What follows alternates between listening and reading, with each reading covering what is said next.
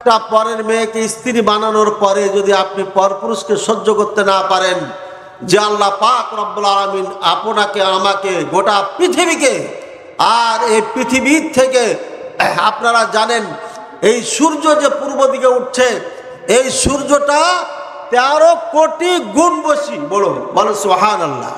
অর্থাৎ এমন পৃথিবীর 13টা সূর্যের মধ্যে রাখা যাবে, বলে সুবহানাল্লাহ।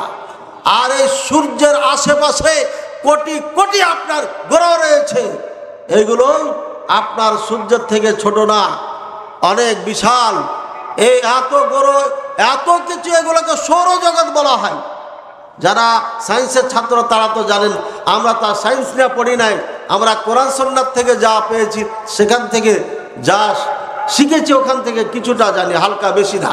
ভাইয়ের আমার, এমন তারকা রয়েছে, এই তারকা কত কোটি কোটি রয়েছে, আল্লাহ ছাড়া কেউ জানে না, বলে সুবহানাল্লাহ। আর এমন জগৎ এই পৃথিবীর থেকে কোটি কোটি গুণ বড় জগৎ আল্লাহর কাছে অগণিত আছে, আমরা জানি না। আল্লাহু আকবার। আসমান জমিন নিয়ে আলোচনা করলে পরে বুঝতে পারবেন, নেটে আছে, মুখলিস বিন আরশাদ মাদানী লিখলে পেয়ে যাবেন ইনশাআল্লাহ। এই বিশাল আসমান জমিন সব কিছুই আপনার, এই আসমান জমিনটা হচ্ছে 60টি, প্রত্যেকটা জমিনের দূরত্ব হচ্ছে 500 বছর রাস্তা, আসমান হচ্ছে 60টি, প্রত্যেকটি আসমান একটার থেকে আর একটা 500 বছর রাস্তা, প্রত্যেকটি আসমান 500 বছরের রাস্তা, এমন মোটা, এমন বিশাল আসমান আর জমিন আল্লাহ তাআলার নিকটে সরিষার দানার মতো, বলেন সুবহানাল্লাহ। মাসসামাওয়াতুস সাবউ ওয়াল আরাদিনা সাবউ ফি কাফির রহমান কা খারজালাতিন ফি ইয়াদি আহাদিকুম। আল্লাহ নবী সাল্লাল্লাহু আলাইহি সাল্লাম বলেন, 7 আসমান 7 জমিন, এই সব কিছুই আল্লাহ তাআলার নিকটে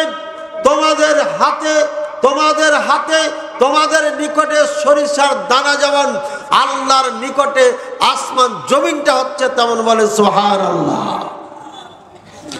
এবার বলেন, সরিষার দানার মধ্যে কি আপনি ঢুকবেন? ঢোকার দরকার আছে? হ্যাঁ, আল্লাহ তাআলা সব জায়গায় বিরাজমান। আমার দৌড় হচ্ছে দুনিয়া, যতটুক দেখেছি ম্যাপে এতটুক, এখনো আমেরিকা যাই নাই, ইউরোপে যাই নাই, অস্ট্রেলিয়া যাই নাই, কানাডা যাই নাই, রাশিয়া যাই নাই, চীন যাই নাই, জাপান যাই নাই, শুধু ম্যাপটা দেখেছি, দেখা বলি আল্লাহ সব জায়গায় বিরাজমান। আরে এক একটা জগৎ আল্লাহ তাআলার নিকটে সরিষার দানার মতো। সুতরাং আল্লাহ পাক রব্বুল আলামিন এই জগৎ থেকে অনেক ঊর্ধ্বে, আল্লাহ পাক রব্বুল আলামিন এই জগতের মুহতাজ নয়। সুতরাং এ কথা বলা যাবে না আল্লাহ সব জায়গায় বিরাজমান। এটা সব থেকে বড় কুফরি কথা, সব থেকে মারাত্মক কথা। আল্লাহ তাআলা কোরআনুল কারীমে 1 নয় 2 নয় 7 জায়গায় বলেছেন, আর রহমানু আলাল আরশি ইস্তাওয়া। পৃথিবীতে যত মুফাসসিরিন কেরাম আছে, 1 নয় 2 নয়, আমি 64 তাফসীরের কিতাব নিজ চোখে মোতালা করেছি, পড়েছি, কোথাও লেখা নেই আল্লাহ সব জায়গায় বিরাজমান। সব জায়গায় ইস্তাওয়া মানে বলেছে ইরতাফা, সব জায়গায় বলেছে আলা মানে আল্লাহ উপরে আছেন, বলে সুবহানাল্লাহ। আর একটু বলে দিন, আল্লাহ পাক রব্বুল আলামিন সর্বপ্রথম আরশকে সৃষ্টি করেন। আউয়ালু মা খালাকাল্লাহুল আরশ, আল্লাহ পাক রব্বুল আলামিন আরশ সৃষ্টি করেন। তারপরে আল্লাহ পাক রব্বুল আলামিন এই আরশকে পানির উপরে রেখে দেন, এই আরশের উপরে আল্লাহ আছেন, বলে সুবহানাল্লাহ। আল্লাহ নবী সাল্লাল্লাহু আলাইহি ওয়াসাল্লাম বলেন, সহিহ মুসলিমের হাদিস, ইন্নাল্লাহা কাতাবা মাকাদিরাল খালায়েক ক্বাবলা ইয়াখলুকাস সামাওয়াতি ওয়াল আরদা বি50 আলফা সানা ওয়া কানা আরশুহু আলাল মা। আল্লাহ পাক রব্বুল আলামিন এই 7 আসমান 7 জমিন সৃষ্টির 50,000 বছর আগে সমস্ত সৃষ্টিজীবের ভাগ্যকে লিপিবদ্ধ করেন, বলেন সুবহানাল্লাহ। আসমান জমিন সৃষ্টির 50,000 বছর পূর্বে, কত হাজার বছর? কি সৃষ্টির 50,000 বছর পূর্বে? আমাদের দেশে এমন ওয়াজ হয় কিনা, আপনার আমার সৃষ্টির 50,000 বছর পূর্বে আল্লাহ রিজিক লিখে দিয়েছেন। বলেন না জি না।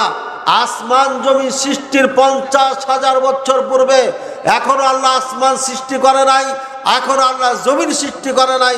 50,000 বছর আগে আল্লাহ তাআলা আমাদের ভাগ্য নির্ধারণ করে দিয়েছেন। বলেন সুবহানাল্লাহ। ওয়া কানা আরশুহু আলাল মা। আর আসমান জমিন যখন ছিল না তখন আল্লাহর আরশ ছিল পানির উপরে। বলেন সুবহানাল্লাহ। এবার রাসূলুল্লাহ সাল্লাল্লাহু আলাইহি ওয়াসাল্লাম যখন 7 আসমান পেরিয়ে চলে যান, এটার নাম কি বলেন? মেরাজ। মেরাজের দিন পালন করেন না? সবে মেরাজ পালন করেন? হাত উঠান না। আপনাদের সমাজে সবে মেরাজ আছে? নাই, আলহামদুলিল্লাহ। এই যে মেরাজ, 7 আসমানের পরে জিবরাইল আলাইহিস সালাম কি বলেছিলেন? এটা সিদরাতুল মুনতাহা, এর পরে আর যাওয়া যাবে না। এরপরে রাসূলুল্লাহ সাল্লাল্লাহু আলাইহি ওয়াসাল্লামের জন্য একটা বাহন আসেন, যানবাহন আসে, আরোহণ করেন। এরপরে উনি যেতে থাকেন, একটা সাগর পার হন, 500 বছর রাস্তা। বলেন সুবহানাল্লাহ। তাহলে বোঝা যাচ্ছে আসমানের উপরে একটা সাগর আছে। আর এদিকে হাদিসে বলছে 7 আসমান 7 জমিটা সরিষার দানার মতো। বোঝা যাচ্ছে আমার এদিকে পৃথিবীটা একটা ডিমের মতো। সব কিছু মিলে যাচ্ছে। এই সরিষার দানাটা পানির ওপরে ছাড়া আছে, এর নিচেও পানি, ওপরও পানি। এই পানির ওপরে আল্লাহ পাক রব্বুল আলামিন রাসূলুল্লাহ সাল্লাল্লাহু আলাইহি ওয়াসাল্লামকে নিয়ে যান। যেতে কোথায় গেলেন রাসূলুল্লাহ সাল্লাল্লাহু আলাইহি ওয়াসাল্লাম জানেন না। সরাসরি আল্লাহর সাথে কথাবার্তা হচ্ছে। বলেন সুবহানাল্লাহ। আগামীকালকে এই নামাজের গুরুত্ব নিয়ে আলোচনা আছে। নামাজের সব থেকে বড় গুরুত্ব হচ্ছে পৃথিবীতে যত ইবাদত রয়েছে, যত নিয়ম নীতি রয়েছে, আহকাম রয়েছে, শরিয়াত রয়েছে, জিবরাইল আলাইহিস সালামের মাধ্যমে আল্লাহ দিয়েছেন। আর সালাত এমন একটি ইবাদত আল্লাহ সরাসরি নিজে দিয়েছেন। বলেন সুবহানাল্লাহ। এই সালাত যারা পড়ে না, এদের মতো কপাল পোড়া পৃথিবীতে আর কোনো মানুষ হতে পারে না। ভাইয়ের আমার, আল্লাহ রাসূল সাল্লাল্লাহু আলাইহি ওয়াসাল্লামকে আল্লাহ 7 আসমান পেরিয়ে, সাগর পেরিয়ে নিয়ে গেলেন। আল্লাহ যদি সব জায়গায় থাকতেন, বিরাজমান হতেন, তাহলে মুহাম্মদুর রাসূলুল্লাহ সাল্লাল্লাহু আলাইহি ওয়াসাল্লামকে এই মক্কা থেকে 7 আসমান পেরিয়ে নিয়ে যেতেন না। বোঝা যাচ্ছে আল্লাহ পাক রব্বুল আলামিন আরশে আজিমের উপরে আছেন। কেমনে আছে জানি না, কিভাবে আছে জানি না। আরশ কুরসি, ওয়াসিআ কুরসিয়ুস সামাওয়াতি ওয়াল আরদ। আল্লাহ পাক রব্বুল আলামিনের 2 পা মোবারক রাখার জায়গাটা 7 আসমান 7 জমিন থেকে প্রশস্ত। বলেন সুবহানাল্লাহ। ওমা কদরুল্লাহ হাক্কা কদরি ওয়াল আরদু জামিআন কবদাতুহু ইয়াওমাল কিয়ামাহ ওয়াস সামাওয়াতু মাতবিয়াতুন বিয়ামিনি সুবহানাহু ওয়া তাআলা আম্মা ইশরিকুন। সূরা জুমার সম্ভবত 66 নম্বর আয়াত। সেই আয়াতের মধ্যে আল্লাহ বলেছেন, মানুষ এরা আমার যে মর্যাদা সেটা দিতে পারে নাই, অতএব এই জমিন সম্পূর্ণ আমার কবজায় থাকবে, মানে হাতে থাকবে। ওয়াস সামাওয়াত, আর সকল আসমান, মাতবিয়াত বলেছেন, মাতবিয়াতুন। মাতবিয়াত মানে হচ্ছে এইভাবে ভাঁজ করে নেওয়া, তাও করে নেওয়া, এটাকে মাতবিয়াত বলা হয়। আল্লাহ পাক রব্বুল আলামিন নিজে বলছেন ওয়াস সামাওয়াতু মাতবিয়াতুম বিয়ামিনি। আল্লাহ তাআলা ডান হাত দিয়ে 7 আসমানকে এইভাবে ভাঁজ করে ধরবেন। কিভাবে ধরবেন আমি জানি না, জাস্ট বুঝার জন্য এভাবে বলে দিলাম। আল্লাহ বলছে বিয়ামিনি, বিয়ামিনি মানে ডান। বোঝা যাচ্ছে আল্লাহর ডান হাত এখানে বোঝানো হয়েছে। আল্লাহ পাক রব্বুল আলামিন আদম আলাইহিস সালামকে বলেছে খালাকতু বিয়াদাইয়া, আমি 2 হাত দিয়ে সৃষ্টি করেছি আদমকে। সুতরাং 4টি জিনিস আল্লাহ তাআলা নিজ হাত দিয়ে সৃষ্টি করেছেন, তৈরি করেছেন। বোঝা যাচ্ছে আল্লাহ তাআলার হাত রয়েছে। আল্লাহ পাক রব্বুল আলামিন আরশ আজিমের উপরে আছেন। আল্লাহ পাক রব্বুল আলামিনের পা রাখার জায়গায় 7 আসমান 7 জমিন থেকে প্রশস্ত সূরা বাকারা আয়াতুল কুরসির মধ্যে এই কথা বলা হয়েছে। আর আল্লাহ পাক রব্বুল আলামিন হাত আছে, এটা এই জুমার সূরা জুমারের মধ্যে এই আয়াত কথা বলা হয়েছে। এটাই অর্থ, এটাই কথা, এটাই ব্যাখ্যা, এটাই বিশ্লেষণ। আর বিকল্প যারাই বলবে তারাই কাফের হয়ে যাবে, মুসলমান থাকবে না। যারা বলবে আল্লাহ সব জায়গায় বিরাজমান, তারা অরিজিনাল কাফের, চিরকাল জাহান্নামে, কোনোদিন জান্নাতে যেতে পারবে না। সাবধান, সতর্ক। হুজুরের কথা দিয়ে ধর্ম চলে না, হুজুরের বক্তব্য দিয়ে ধর্ম চলবে না। হুজুরের বই দিয়া বক্তব্য দিলে পারে ওই বক্তব্য চলবে না। কোরআন যেটা বলেছে, আল্লাহ রাসূল সাল্লাল্লাহু আলাইহি ওয়াসাল্লাম যা বলেছেন সেটাই হচ্ছে ধর্ম, সেটাই হচ্ছে ইসলাম। এর বাইরে গেলে পারে চারাও আপনার কোনো মূল্য থাকবে না। এই কথা ভাইয়ার আমার, এখন আপনাকে বোঝাচ্ছি, যেটা বোঝানোর জন্য আওয়াজ করলাম। এই 7 আসমান 7 জমিন এছাড়া যত জগৎ আছে সব কিছুর যিনি মালিক, জান্নাত জাহান্নামের যিনি মালিক, আমার আপনার সৃষ্টিকর্তা, সব কিছু সৃষ্টিকর্তা, সব কিছুরই মালিক, সব কিছুরই রিজিক দাতা, তার সাথে যদি আপনি কাউকে নিয়ে এসে দাঁড় করিয়ে দেন, তাহলে পারে তিনি কি খুশি হবেন? আপনি আপনার স্ত্রীর সাথে আরেকজন ছেলেকে মেনে নিতে পারবেন না, আরেকজন স্বামী হলে মেনে নিতে পারবেন না। আপনি মিছিল মিটিং বের করে দেশ থেকে দেশান্তর করে বেচারাকে ভারতে ফেলে রেখেছেন। আবার উল্টা মনে করেন না, একজন বলেছিল না, তাসলিমা নাসরিন নাম বলে দি, কার মনে কি গায় কে জানে, ও বলেছিল পুরুষেরা 4টা বিয়ে করতে পারে, তো নারীরা পারবে না কেন? আল্লাহ আরে এমন ধাক্কা দেওয়া দিয়েছে যে দেশই আসতে পারে না। এই নাপাক যেন দেশে কোনোদিন না আসে, এটা গজব আল্লাহর পক্ষ থেকে তার উপরে হয়েছে। বলেন আলহামদুলিল্লাহ, বলেন আলহামদুলিল্লাহ। ভাইয়ের আমার, আপনি যদি আপনার স্ত্রীর সাথে এই কালিমা পড়ার কারণে কাউকে মেনে নিতে না পারেন, যে আল্লাহ পাক রব্বুল আলামিন এত ক্ষমতার মালিক, সেই আল্লাহর সাথে আপনি বাবাকে বসিয়ে দিলে পারে আল্লাহ কেমনে মেনে নেবে? বলেন। কত শিরকের মধ্যে আমরা আছি, এটা বর্ণনা করে শেষ করা যাবে না। আল্লাহ পাক রব্বুল আলামিন বলেন, আমা ইশরিক বিল্লাহ ফাকাআন্নামা খাররা মিনাস সামা। যে ব্যক্তি আল্লাহর সাথে শিরক করে, যে ব্যক্তি আল্লাহর সাথে কাউকে শিরক করে, সে যেন আসমান থেকে পড়ে গেল। কি বোঝাচ্ছেন আল্লাহ তাআলা? শিরক করলে আসমান থেকে পড়ে গেল মানে আসমান থেকে পড়ে যা, ফাতাখতাফুহু তাইর, পাখিতে তাকে ঝট করে নিয়ে পালায় গেল, অথবা হাওয়াতে তাকে উড়িয়ে নিয়ে চলে গেল। এর মানে হচ্ছে পৃথিবীতে যে কেউ যত আমল করুক না কেন, ও যদি শিরক করে তাহলে পারে যত আমল করবে সব আমলগুলো ধূলিসাৎ হয়ে চলে যাবে, কোনোটাই কাজে লাগবে না। মারাত্মক একটা পাপ এটা। এই পাপ আল্লাহ সহ্য করতে পারেন না। ইন্নাল্লাহা লা ইয়াগফিরু আন ইউশরাকা বিহি ওয়া ইয়াগফিরু মা দুনা যালিকা লিমান ইয়াশা। সূরা নিসা। আল্লাহ পাক রব্বুল আলামিন বলেন, যত পৃথিবীতে পাপ করো না কেন, আমি যাকে চাই, আমি যাকে চাবো তাকে ক্ষমা করে দেব, কিন্তু যারা শিরক করবে তাকে আমি ক্ষমা করব না।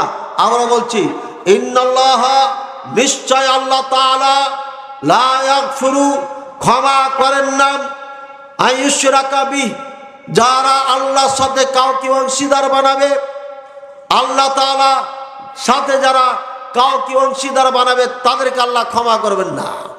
ইন্নাল্লাহা লা ইয়াগফিরু আন ইউশরাকা বিহি ওয়া ইয়াগফিরু মা দুনা যালিকা লিমান ইয়াশা। শিরক ব্যতীত যত পাপ আছে, যাকে আল্লাহ চাবেন তাকে আল্লাহ ক্ষমা করবেন, শিরক করলে আল্লাহ তাকে ক্ষমা করবে না। ভাইরা আমার, শিরক এত মহাপাপ, বিরাট বড় পাপ। আল্লাহ রাসূল সাল্লাল্লাহু আলাইহি ওয়াসাল্লাম কি ইবনে মাসউদ রাদিয়াল্লাহু তাআলা আনহু বলছেন, ইয়া রাসূলুল্লাহ সাল্লাল্লাহু আলাইহি ওয়াসাল্লাম, আইয়ু যামবি আযম ইনদাল্লাহ, আল্লাহর নিকটে সবথেকে মহাপাপ কোনটা? রাসূলুল্লাহ সাল্লাল্লাহু আলাইহি ওয়াসাল্লাম বলছেন, আন তাজআলা লিল্লাহি নিদ্দান ওয়া হুয়া খালাকাকা, যে আল্লাহ তোমাকে সৃষ্টি করেছে ওই আল্লাহর কাউকে অংশীদার বানিয়ে দেওয়া, এটা হচ্ছে সব থেকে বড় পাপ। রাসূলুল্লাহ সাল্লাল্লাহু আলাইহি ওয়াসাল্লামকে অন্য হাদিসের মধ্যে বলা হয়েছে আইয়ু যামবি আদম, সব থেকে বড় পাপ কোনটা? আল্লাহ রাসূল সাল্লাল্লাহু আলাইহি ওয়াসাল্লাম বলেছেন ইশরাক বিল্লাহ, আল্লাহর সাথে শরীক করা। এটা এমন একটা পাপ, আল্লাহ পাক রব্বুল আলামিন বলেন ইন্নাহু মান ইউশরিক বিল্লাহ ফাকাদ হারামাল্লাহু আলাইহিল জান্নাহ, নিশ্চয় যে ব্যক্তি শিরক করবে আল্লাহ তাআলা তার জন্য জান্নাতকে হারাম করে দিয়েছেন। বুঝেছেন এবার আয়াত? শিরক করলে পারে কি যা হারাম? জান্নাত হারাম। ওয়া মাওয়াহুন নার, আর তার ঠিকানা হচ্ছে জাহান্নাম। ওয়া মা লিয-যালিমিনা মিন আনসার, অনেকে ভাবছেন আমার তো বড় বাবা আছে, আমার চিন্তা নাই, বাবা তো আমাদেরকে বলে রেখেছে, বাবারা টেনশন করিও না, চিন্তা করিও না, কিয়ামতের ময়দানে বড় বড় জাহাজ নিয়ে আমরা অপেক্ষা করব। এমন ওয়াজ শুনেছেন না শোনেন নাই? এই নাকি বাংলাদেশের সব থেকে হক্কানি পীর। আবার এই ওয়াজ করে কারা? বড় বড় হুজুররা বলে। যেই পীর বলে আমি কিয়ামতের দিন আমরা বড় বড় জাহাজ নিয়ে অপেক্ষা করব, সে যদি হক্কানি পীর হয় তাহলে পারে ইবলিস তাহলে তার থেকে বড় পীর। কারণ ইবলিস কসম খেয়ে বলেছে, কসম খেয়ে বলেছিল আদম আর হাওয়া আলাইহিসসালামকে কি বলেছিলেন? ইন্নী নাসিহুল লাকুমা, আমি তোমাদের কল্যাণ কামনা করছি। কসম খেয়ে বলেছিল। সে যদি ইবলিস হয়ে যায়, জাহান্নামে চলে যায়, সমস্ত মানব জাতির যদি দুশ্মন হয়ে যায়, যে বিনা সার্টিফিকেটে দলিল প্রমাণে দাবি করে আমি জাহাজ নিয়ে থাকবো, হে বাংলার মুসলমান চিন্তা করিও না, তোমাদের দায়িত্ব আমি নিচ্ছি, তোমাদেরকে জান্নাত থেকে কেউ জাহান্নামে নিতে পারবে না, আমি জাহাজ নিয়ে অপেক্ষা করব, এর মানে জান্নাতের ঠিকাদারি আমি নিয়ে নিয়েছি। তাহলে ইবলিস থেকে ভালো হলো কোথায়? ইবলিস বলেছিল আমি তোমাদের কল্যাণ চাই, ও বলে নাই তোমাদেরকে ফেরেশতা বানিয়ে দিব, ও বলে নাই চিরকাল তোমাদেরকে জান্নাতে রেখে দিব, কেউ বের করতে পারবে না। ও বলেছিল আমি তোমাদের দুইজনের কল্যাণ চাই, আমার বক্তব্য মেনে নাও, তাহলে দুইজনের ফেরেশতা হয়ে যাবে, আর না হয় চিরকাল এই জান্নাতে থেকে যাবে, এখান থেকে বের হবে না, এই আশ্বাস দিয়েছিল। আর পীর সাহেব বলছে আমরা কিয়ামতের ময়দানে জাহাজ নিয়ে অপেক্ষা করব। তাহলে মারাত্মক কে হলো? কি ভাই রাগ করছেন নাকি? ওই পীর সাহেবের মুরিদ এলাকা আছে নাকি জানি না আমি, থাকলে পারে আল্লাহর ওয়াস্তে মাথা গরম না করে ঠান্ডা মাথায় চিন্তা করেন। পীর সাহেবের এই কথা কোরআন সুন্নাহ পরিপন্থী, পীর সাহেবের এই কথা বলার কারণে ঈমান সাথে সাথে চলে গেছে। যদি উনি তওবা না করে, ভুল স্বীকার না করে, আল্লাহ দরবারে ঠেকে যাবে, কোনো সন্দেহ নাই। আল্লাহ তাআলা বুঝার তৌফিক দান করুন। ভাইরা আমার, আল্লাহ পাক রব্বুল আলামিন বলছেন যে ব্যক্তি আপনার আল্লাহর সাথে শিরক করবে ওই ব্যক্তির জন্য জান্নাত হারাম। সূরা মায়েদা ৭২ নম্বর আয়াত। যে ব্যক্তি শিরক করবে তার জন্য জান্নাত হারাম, জাহান্নাম ঠিকানা। আর এই বাবাওয়ালাদেরকে বলেছে ওমা লিয-যালিমিনা মিন আনসার, এই মুশরিকদের জন্য কোনো সাহায্যকারী থাকবে না। বুঝেছি না বুঝি নাই? মান আল্লাকা তামিমাতান ফাকাদ আশরাকা, ইন্না রুকা ওয়াত তামাইমা ওয়াত তাওয়ালা শিরকুন, রাওয়াহু আহমদ। ভাইরা আমার, আমাদের সমাজে অনেকগুলো শিরক চালু আছে যেগুলোকে আমরা শিরক মনে করি না। এক নম্বর, আমরা ওলিদের কাছে চাই কি চাই না? ন্যাংটা পীরের মাজারে শুনলাম 8 কোটি টাকা নাকি আবারও মেরেছে। তার আগে 3 কোটি শুনেছি, 4 কোটি শুনেছি। আরে ভাই, ন্যাংটা পীরের মাজারে আপনার এত টাকা দেয় কেন মানুষ? কি জন্য দেয় বলেন? বগুড়ার মহাস্থানে টাকা দেন কেন? কিছু পাওয়ার আছে কিনা? রাসূলুল্লাহ সাল্লাল্লাহু আলাইহি ওয়াসাল্লাম বলে দিয়েছেন, মান যাবাহা লিগায়রিল্লাহ ফাকাদ আশরাক, মান হালাফা বিগায়রিল্লাহ ফাকাদ আশরাক। যে ব্যক্তি আল্লাহ ছাড়া কাউরির কসম খায় সে শিরক করলো। মান তাআল্লাকা তামিমাতান ফাকাদ আশরাকা, যে ব্যক্তি তামিমা লটকাবে সে ব্যক্তি শিরক করলো। ইন্নার রুকা ওয়াত তামাইমা ওয়াত তাওয়ালা শিরকুন, রুকা তামাইম তেওয়ালা শিরক। রুকা কি জিনিস? রুকা মানে ঝাড়ফুঁক করা। এখানে মাসালাটা ভালো করে বুঝে নেন। কোরআন সুন্নাহ দিয়ে আপনি যদি ফুঁক মারেন, কাউরি চিকিৎসা করেন, এটা জায়েজ আছে, এটা সমস্যা নাই। কিন্তু যদি কুফরি কালাম দিয়ে, শিরকি বাক্য কথা দিয়ে যদি কেউ চিকিৎসা করে, ওটা হচ্ছে শিরক, ওটা হচ্ছে আপনার জাহান্নামে নিয়ে যাবে, ঈমান ধ্বংস করে দিবে। সুতরাং এটা হচ্ছে শিরক। ইন্না রুকা ওয়াত তামাইম, তামাইম হচ্ছে যে কোনো জিনিস, এটা ধাগা হতে পারে, এটা তাবিজ হতে পারে, লটকাই দেওয়া। আর তেওয়ালা, আমরা অনেক সময় ধাগা পরে পরে পরে পরে মানে হাতে বেঁধে দিই। হিন্দুরা লাল সুতা বেঁধে দেয়, এটা তেওয়ালা। মুসলমানে করে কি, বাবার থেকে আপনার সুতা বেঁধে নিয়ে আসে, হাতে সুতা বেঁধে দেয়, কোমরে বেঁধে দেয়, যাতে করে কাউরে বদনজর না লাগে, ইত্যাদি ইত্যাদি। এগুলো শিরক। আমাদের সমাজে আছে না নাই? আছে না নাই? এগুলো শিরক। যে ব্যক্তি এগুলো করবে, তাবিজ নিয়ে আমাদের দেশে বিভ্রান্ত রয়েছে। তাবিজ যদি হয় শিরকি কালাম দিয়ে লেখা, তাহলে এটা শিরক আকবার। শিরকি কালাম দিয়ে লেখা মানে, আমি যখন দেওবন্দে লেখাপড়া করছিলাম, তখন গ্রামের নাম আমার মনে নাই, এক কবিরাজের কাছে গেলাম। আর এই কবিরাজ সাহেব আমাকে কিছু তালিম দিলেন।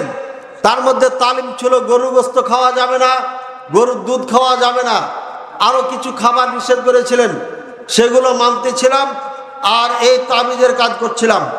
আর নকশে সুলাইমানি নামে ওই বইটা আমার ঘরে লাইব্রেরিতে এখনো আছে। ওইখানে লেখা আছে তাবিজ, ইয়া জিব্রাইল, ইয়া মিকাইল, ইয়া ইসরাফিল, ইয়া মালিক, চারজন বড় ফেরেশতার নাম এখানে লেখা আছে। এটা লিখে দিলে পরে আপনার এই আশা পূরণ হয়ে যাবে। সে অনেক পুরনো কথা, ওই কবিরের যে কথা মনে নাই। এইভাবে যারা তাবিজ লিখে দেয় এরা অরিজিনাল মুশরিক, চিরকাল জাহান্নামী, কোনোদিন জান্নাতে যেতে পারবে না। আবার তাবিজের মধ্যে লেখা হয় ইয়া মুহাম্মদ, ইয়া আলী, ইয়া হাসান, ইয়া হুসাইন।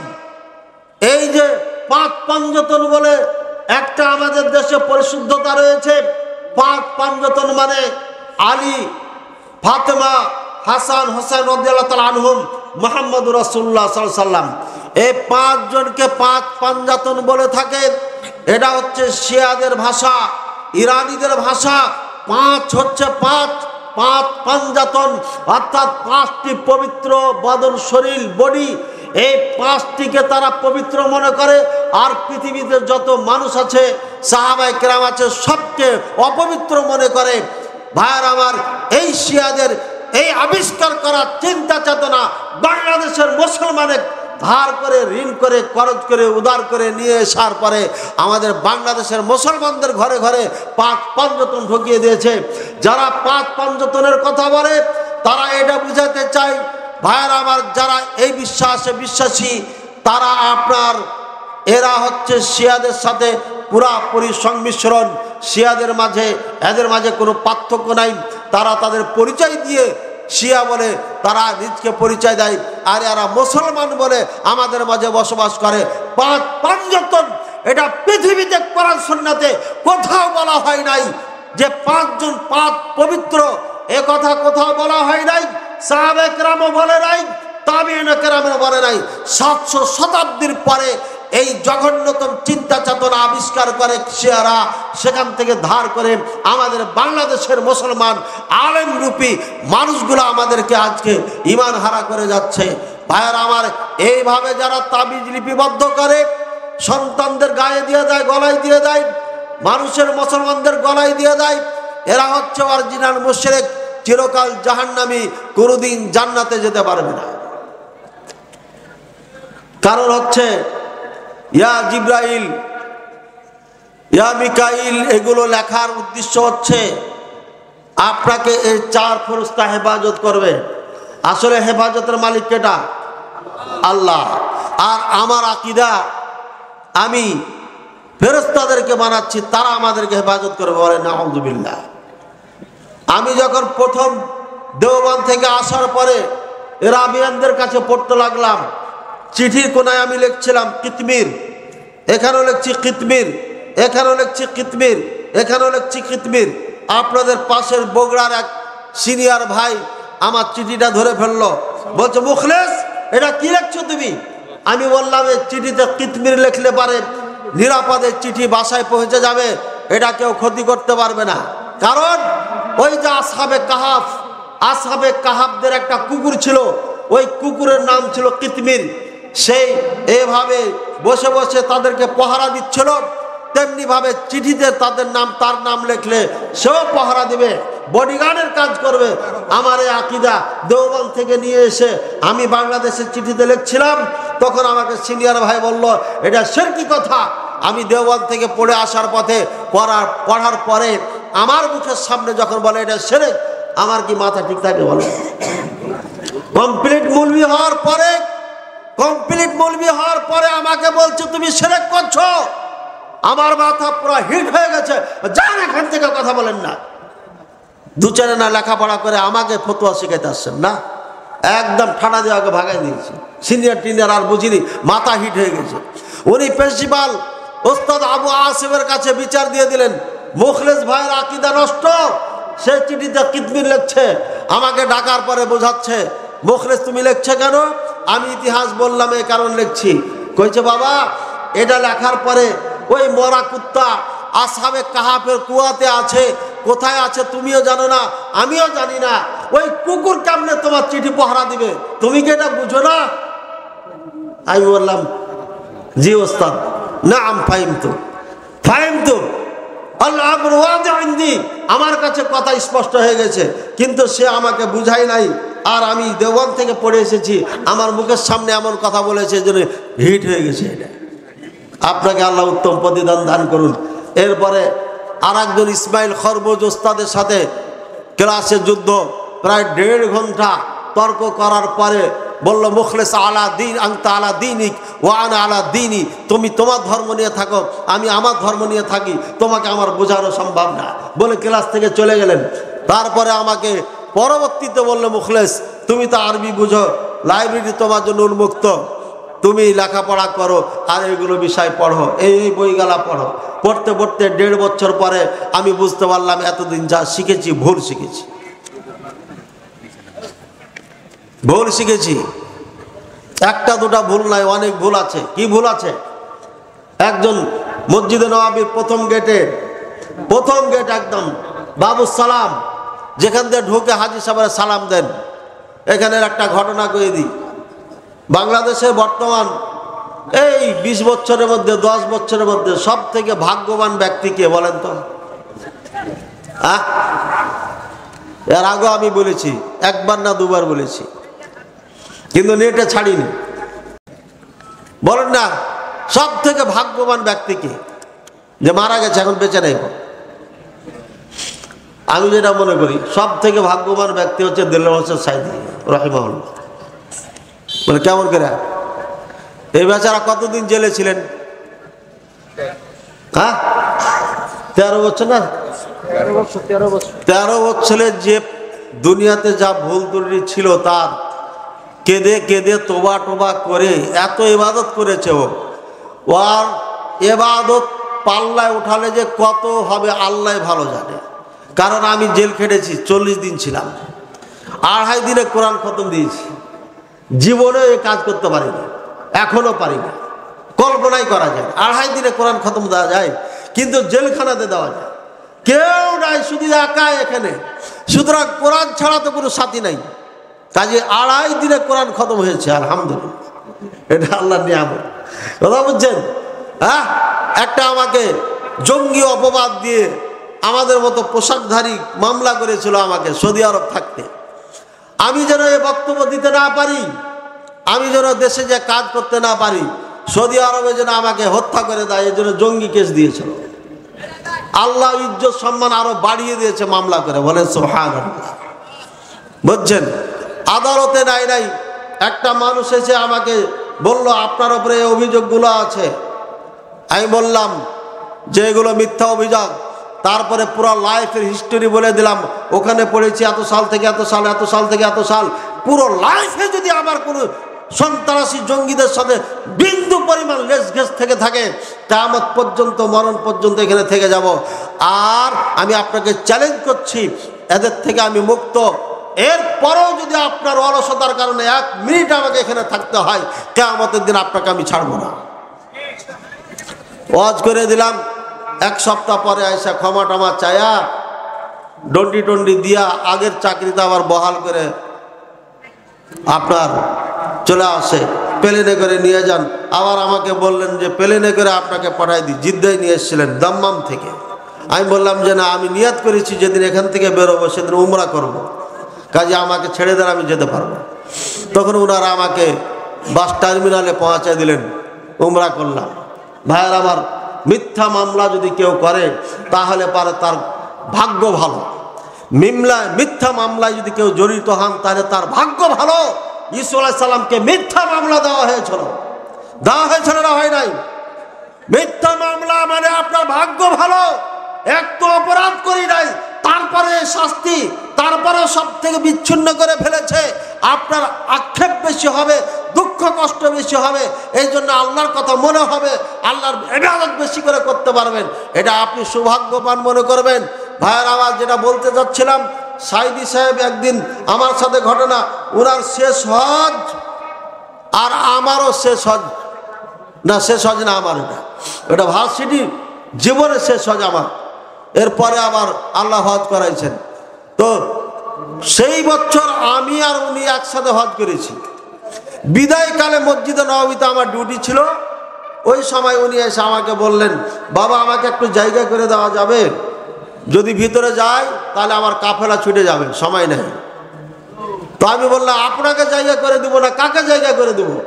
পরে ওনার হাতটা ধরে নিয়ে যারা হজ করেছেন জানবেন, বাবু সালাম, প্রত্যেকটা গেট চওড়া এবং 2টা করে চেয়ার রাখা থাকে, পুলিশ বসে থাকে। ওই পুলিশ ভাইদেরকে বললাম, এ হচ্ছে কিবারিল উলামা মিন কিবারিশ শাখসিয়া উযবু মিন আযাইল বার্নামিজ বাংলাদেশ। ইনি হচ্ছেন বড় আলেমদের একজন, ইনি হচ্ছেন পার্লামেন্ট সদস্য, ইনি হচ্ছেন মুহাদ্দির মারুফ মশহুর মুহাদ্দির আলমী, ইনি হচ্ছেন ইন্টারন্যাশনাল একজন বক্তা। এনাকে একটু জায়গা করে দিতে হবে। আলহামদুলিল্লাহ তারা জায়নামাজ বিছিয়ে তাকে জায়গা করে দিলেন। এই হলো তিনার সাথে আমার শেষ দেখা, শেষ কথা। ভাইয়ার আমার, আল্লাহ তাকে জান্নাত দান করুন। আমি মনে করি উনি জেলখানাতে যে ইবাদত করেছেন এটা আমার সৌভাগ্য। আরাফাত মিনার দিনগুলোতে যে ইবাদত করতে দেখেছি তাকে, বিরল এত ইবাদত করে মানুষ, এত আল্লাহকে ডাকে। আমি তাকে দেখেছি 1 সেকেন্ড কথা বলতে তিনি রাজি হচ্ছিলেন না। আমি একবার গেলাম, বলছে বাবা আরাফাতের ময়দানে কথা বলবো না, মিনায় যায় কথা বলবো। চিন্তা করেছেন, এইভাবে ইবাদত করেছে। উনি একটু যাবে, আপনাকে সালাম দিয়েছেন। ঠিক আছে, সুতরাং ভাইরা আমার, মিথ্যা মামলায় কেউ যদি জড়িত করে আপনাকে, আপনি ধন্য মনে করবেন। ওয়ালাইকুম আসসালাম। আপনি সৌভাগ্যবান। যত বিপদ আসবে তত আপনার ভাগ্য খুলবে। আল্লাহ পাক রব্বুল আলামিন আমাকে 3টি মাদ্রাসা করার তৌফিক দান করেছেন, বলেন আলহামদুলিল্লাহ। সৌদি আরব থেকে আসার পরে পিস টিভিতে খুঁজে নিয়ে চলে গেল। হয়তো সৌদি আরবে থাকলে খুঁজি পেত কিনা। 3টা মাদ্রাসা এখন আমি চালাই এবং আমি বলেছি আমার মাদ্রাসার থেকে আমি এই জাতিকে আলেম উপহার দেব ইনশাআল্লাহ। কিন্তু অর্থনৈতিকভাবে বিপদে আছি। একটা ভালো শিক্ষক নিয়ে আসলে বেতন বাড়িয়ে দিয়ে আরেকজনে নিয়ে চলে যায়। এই সমস্যায় আছি, আপনারা দোয়া করবেন। তারপরও 22 বছরের অভিজ্ঞ একজন প্রিন্সিপাল, মদিনা সৌদি আরব থেকে লেখাপড়া করা এমন একজন প্রিন্সিপাল রেখেছি আলহামদুলিল্লাহ। আর আমি আছি, আরও সিনিয়র শিক্ষক আছে এবং আরও একজন নিয়োগ দিচ্ছি। সব মিলে সব থেকে ভালো লেখাপড়া করার গ্যারান্টি আমি দিয়ে মাদ্রাসা শুরু করেছি এবং আজকে বলছি ইনশাআল্লাহ আলেমে দিন, প্রকৃত আলেমে দিন আমি উপহার এই জাতিকে দিবই যদি আল্লাহ আমাকে তৌফিক দান করেন ইনশাআল্লাহ। আমার মাদ্রাসার ছাত্ররা 2 বছর পড়ার পরে আরবিতে কথা বলতে পারে, আরবিতে লিখতে পারবে, লিখতে পারে। আমি 3 বছর বলেছিলাম, এখন প্র্যাকটিক্যালে যা দেখছি 2 বছরই পারে আলহামদুলিল্লাহ, এবং আরবি ইবারত পড়তে পারে। এই মাদ্রাসা এই বছর, গত বছর পুরোটাই পড়াইলাম, আর সামনের বছর থেকে পড়াবো আমি নিজে, এবং আমি এই জাতিকে ইনশাআল্লাহ প্রকৃত আলেম উপহার দিবই। আমার টার্গেট ভালো আলেম তৈরি করা। আপনারা আমার জন্য দোয়া করবেন, আল্লাহ যেন কবুল করেন। দারুস সুন্নাহ সালাফিয়া মাদ্রাসার জন্য দোয়া করবেন।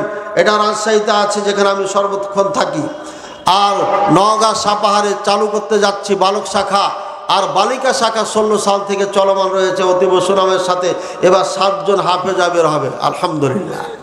চিন্তা করেছেন ভাই আমার? মসজিদে নববীতে ডিউটি আছে, শেষের দিকে একদম রওজা রাসূলুল্লাহ সাল্লাল্লাহু আলাইহি ওয়াসাল্লামের কবর বরাবর ওখানে ডিউটি চলে যায়।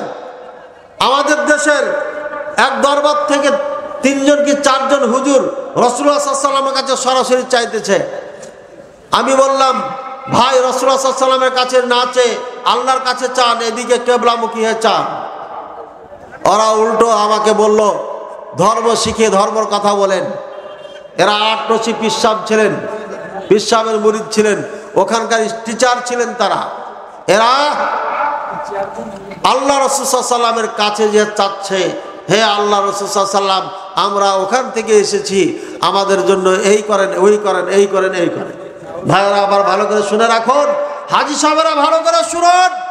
যে ব্যক্তি হজ করার পরে মদিনায় এই উদ্দেশ্যে যাবে, আমি আল্লাহ রাসূল সাল্লাল্লাহু আলাইহি ওয়াসাল্লামের নিকটে যাইয়া চাবো, হে আল্লাহ রাসূল সাল্লাল্লাহু আলাইহি ওয়াসাল্লাম, আমার জন্য কিয়ামতের ময়দানে সুপারিশ করে দিন। তাহলে পারে ওই ব্যক্তি এই কথা যদি যায়া বলে, অরিজিনাল মুশরিক, চিরকাল জাহান্নামী, কোনোদিন জান্নাতে যেতে পারবে না। বলে কেন পারবে না? রাসূল সাল্লাল্লাহু আলাইহি ওয়াসাল্লাম যে জীবিত, রাসূল সাল্লাল্লাহু আলাইহি ওয়াসাল্লাম জীবিত না, সুতরাং কেন বলতে পারবে না এই কথা? জীবিত আছে কবরে, এটাকে হায়াতে বারজাখিয়া বলা হয়। দুনিয়ার মতো নয় যে একজন জীবিত মানুষের কাছে আপনি যা ইচ্ছা তা চাইতে পারেন, যেটা তার ক্ষমতা আছে সেটা সে দিতে পারে, কিন্তু মৃত্যু ব্যক্তি কোনো কিছু দেওয়ার ক্ষমতা রাখে না, তাই তার কাছে চাওয়া এটা হচ্ছে শিরক। সুতরাং যারা কবরে যে চাই রাসূলুল্লাহ সাল্লাল্লাহু আলাইহি ওয়াসাল্লামের কাছে গিয়ে চলে পারে, সে অরিজিনাল মুশরিক, চিরকাল জাহান্নামে, কোনোদিন জান্নাতে যেতে পারবে না। ওয়ালা তাদউ মা আল্লাহ ফালা তাদউ মা আল্লাহি আহাদা। আল্লাহ পাক রব্বুল আলামিন বলে দিয়েছেন, আল্লাহর সাথে কাউকে ডাকবে না। আল্লাহ ছাড়া কাউকে ডাকা, দোয়া করা, চাওয়া হচ্ছে শিরক। আযযাবহু লিগায়রিল্লাহ, আল্লাহ ছাড়া কারোর জন্য জবাই করা শিরক। কেউ যদি মাজারে গিয়ে গরু জবাই করেন উরুস মোবারকের নাম দিয়া, তাহলে পারে অরিজিনাল মুশরিক, চিরকাল জাহান্নামী, কোনোদিন জান্নাতে যেতে পারবেন না। ভাইয়ের আমার, আল্লাহ পাক রব্বুল আলামিন বলেছেন, আফারাইতুমুল লাতা ওয়াল উজ্জা ওয়া মানাতা সালিসাতাল উখরা। হে মানব জাতি, হে মুহাম্মদ সাল্লাল্লাহু আলাইহি ওয়াসাল্লাম, আপনারা কি দেখেন না লাত, উজ্জা, মানাত, এই 3 জন নেক ব্যক্তি ছিল, ভালো ব্যক্তি ছিল। এদের কবরকে পাকা করে এই মুশরিকেরা ওখানে গরু জবাই করত, ওখানে মান্নত মানত, চাদর দিত, আগরবাতি মোমবাতি জ্বালাইতো। এই জন্য তারা মুশরিক হয়েছে। পরবর্তীতে আমর বিন লুহাই নামে একজন শাম দেশ থেকে একটা মূর্তি নিয়ে এসে কাবাতে রাখে। এর আগ পর্যন্ত লাত, মানাত, উজ্জা, হবল কবুলের এরা পূজা করত। এই জন্য তারা হচ্ছে আপনার মুশরিক।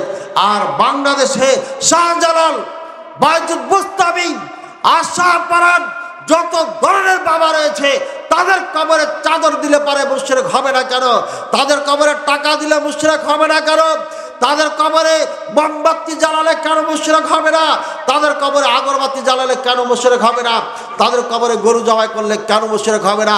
হিন্দুরা মূর্তির কাছে যায় বলি দেয়, খাসি জবাই করে, গরুও জবাই করতে দেখলাম।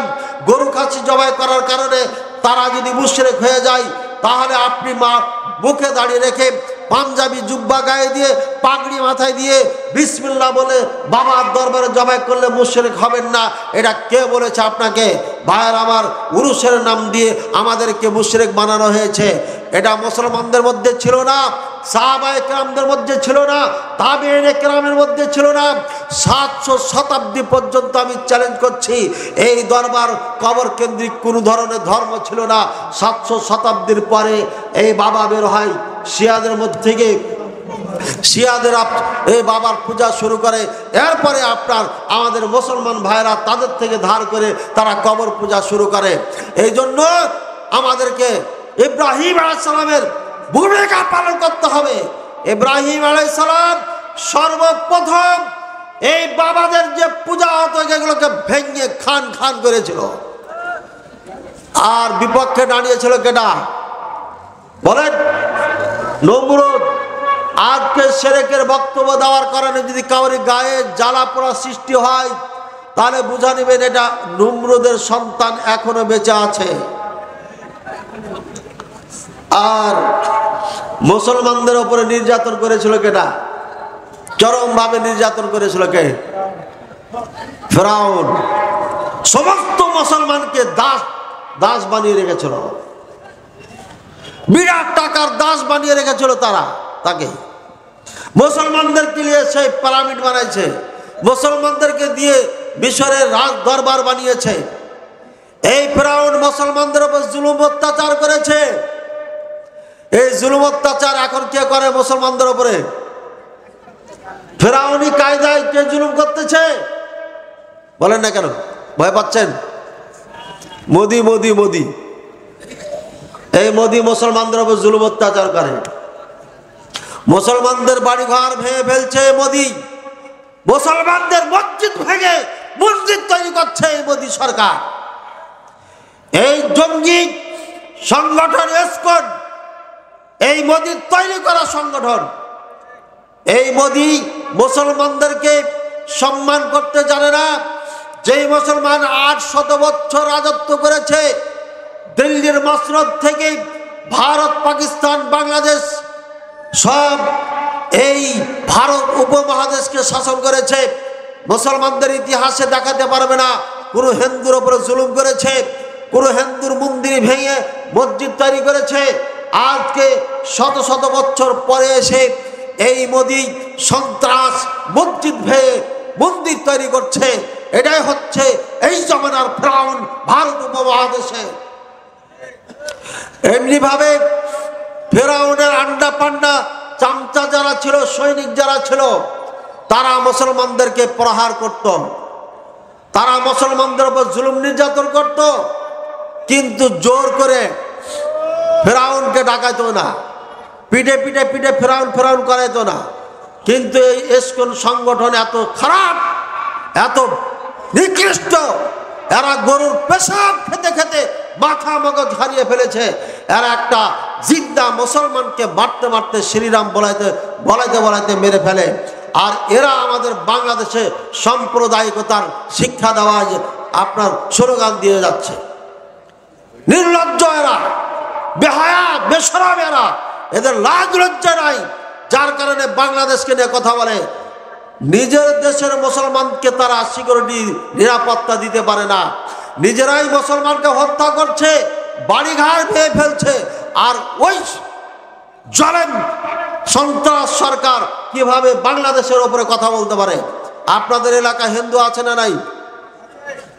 আপনারা কি হিন্দুর উপরে জুলুম করেন?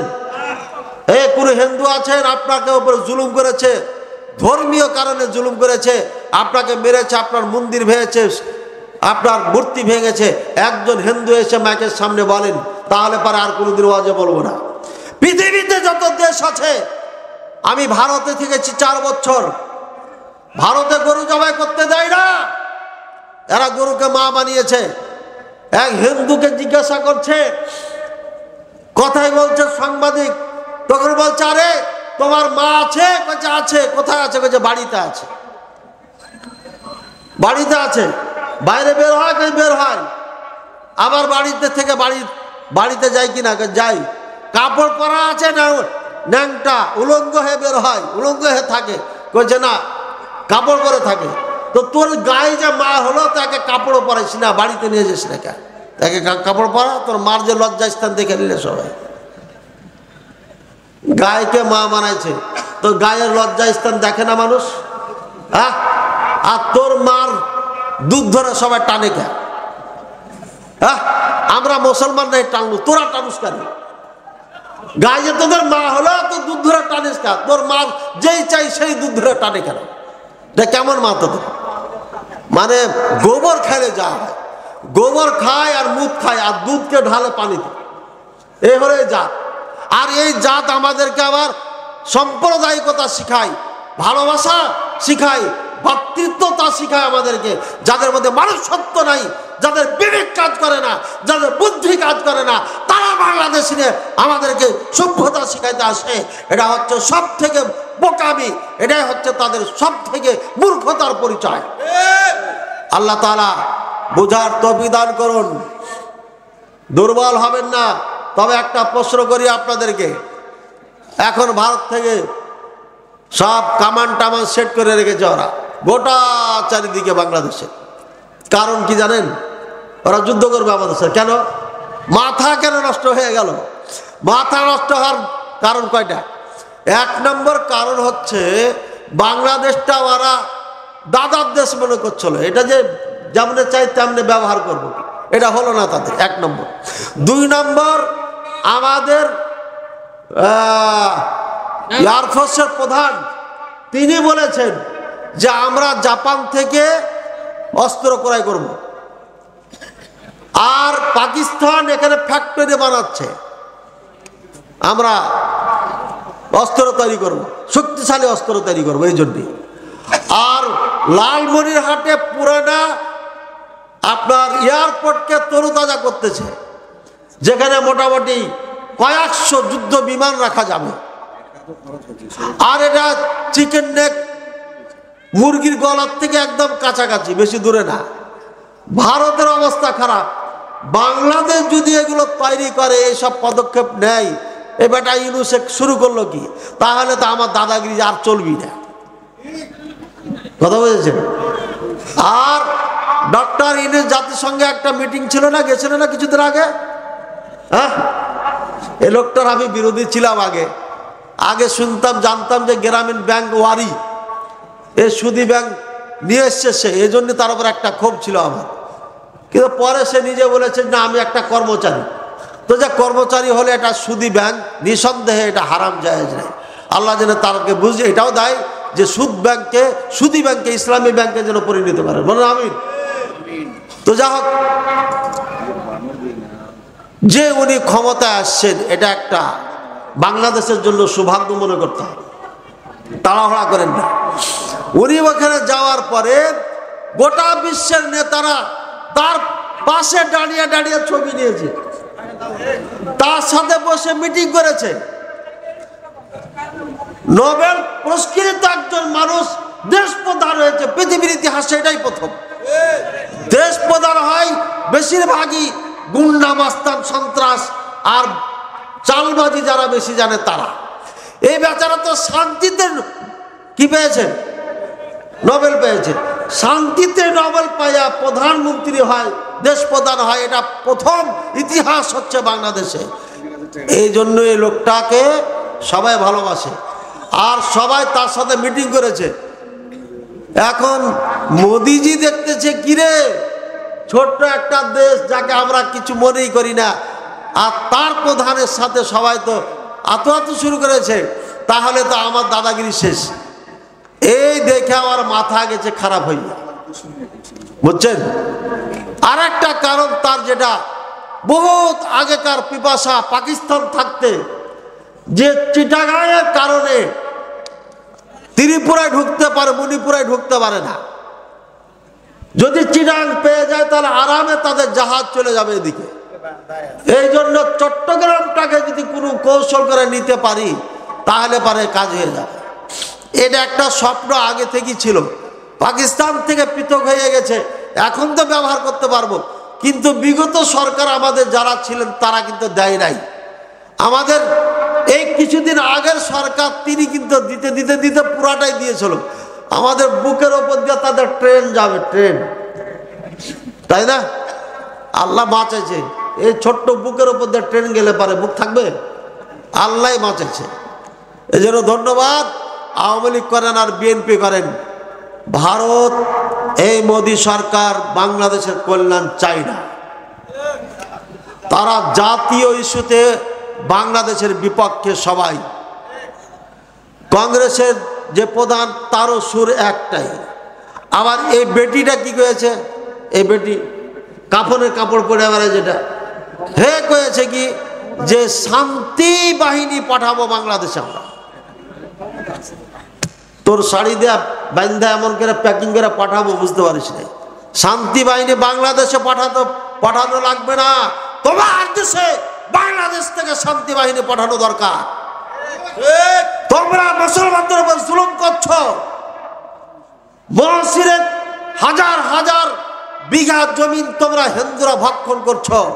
তোমরা আমাদের মুসলমানদের উপরে, মুসলমানদের জমিনের উপরে বসবাস করছো, মুসলমানদের জমির উপরে এয়ারপোর্ট বানিয়েছ, তোমরা পার্ক বানিয়েছ, মুসলমানদের জমির উপরে তোমরা অনেক কিছু বানিয়ে রেখেছ। মুসলমানদেরকে যেটা অক্ষ করে দিয়ে গেছে সেই জমিন তোমরা ভক্ষণ করছো। আর ইমামদেরকে 500 টাকা দিয়ে তুমি মুসলমানদেরকে বোকা বানাচ্ছ। তুমি হচ্ছ জালেম, মুসলমানদের উপর জুলুম করছো। গরু জবাই করতে দাও না, প্রকাশ্যে কুরবানি দিতে দাও না, আর তুমি শান্তি বাহিনী আমার দেশে পাঠাইবা। নির্লজ্জ, বেহায়ার মতো কথা বলার জায়গা পাও না। ষড়যন্ত্র করছে।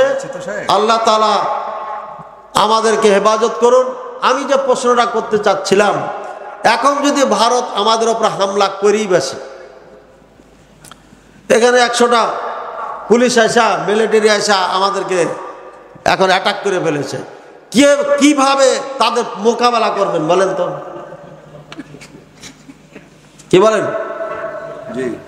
ব্রাহ্মণ বাড়িয়াতে তো ওদের কাছে কোচ আছে, কোচ, ওটাকে কি বলে জানে? এই যে চালিয়ে মাছ মারে না, বর্ষা।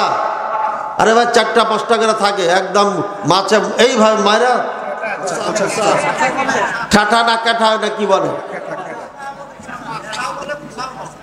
এই কোচা বলে, টাটা বলে, ঠাঠা মেঠা, যাই হোক, ওদের কাছে তো এটা আছে। চাপাই নবাবগঞ্জে বড় বড় হাঁসা আছে, হাঁসা বুঝেন তো, যে কোপাই। আপনাদের কাছে কি আছে? শুধু ইমান দিয়া খালি হাতে হয়ে যাবে।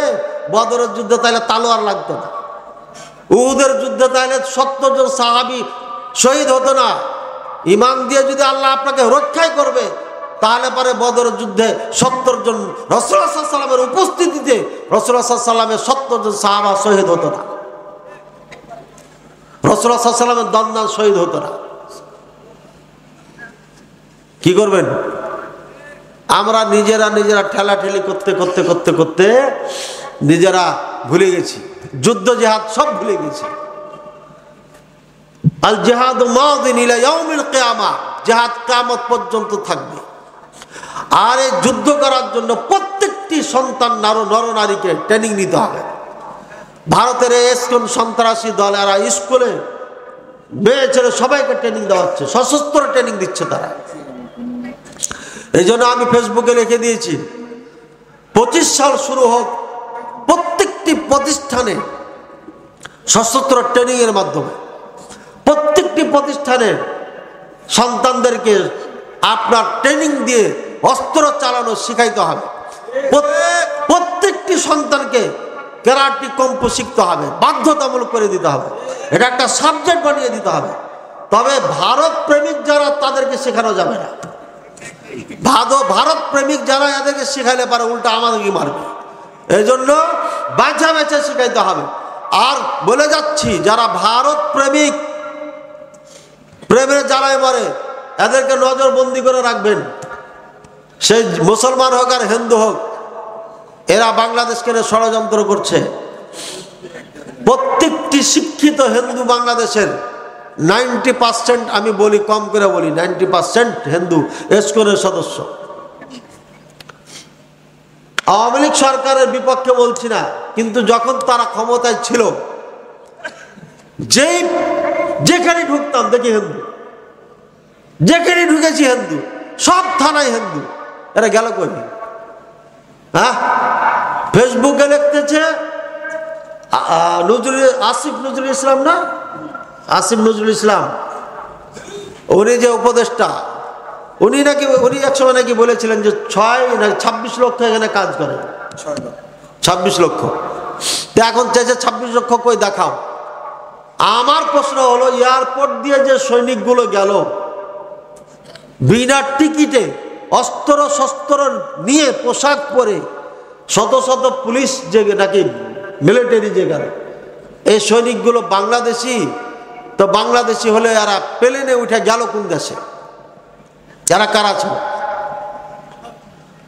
যাত্রা বাড়িতে আমি নিজে শুনেছি, মার সালেকো, মার সালেকো, মার সালেকো মানে সালাকে মার। এ হিন্দি ভাষা, উর্দু ভাষা কথা বাংলাদেশিরা কয়। হ্যাঁ, বোঝা যাচ্ছে 26 লক্ষ না থাকলে 26,000 ছিল এখানে। এখনো হিন্দুরা ঢোকার জন্য আবার ব্যবস্থা নিচ্ছে। মনে রাখেন, প্রত্যেকটি মুসলমান, আগে আমরা তীর ধনুক, আমরা ছোট যখন ছিলাম তীর ধনুক খেলতাম, পাখি মারতাম, তাক করতাম যে এটা এই যে ফড়িং একটা, এই যে পোকাটা আছে ওকে মারবো। এই তীর ধনুক সন্তানদেরকে বাঁশের বানাই দেন, এখন থেকে ট্রেনিং করেন, আপনারাও ট্রেনিং করেন। এটা তো আর নিষেধ নাই। বাঁশ দিয়ে তীর ধনুক তৈরি করেন, করে এটা দিয়ে পাখি শিকার করেন, এখন থেকে ট্রেনিং করেন। মুসলমান পরাজয় হয় নাই, কখনো হবে না ইনশাআল্লাহুল আজিজ। সময় আসবে, কথা বলবে ইনশাআল্লাহ। আল্লাহ তাআলা আমাদের তৌফিক দান করুন, আমিন।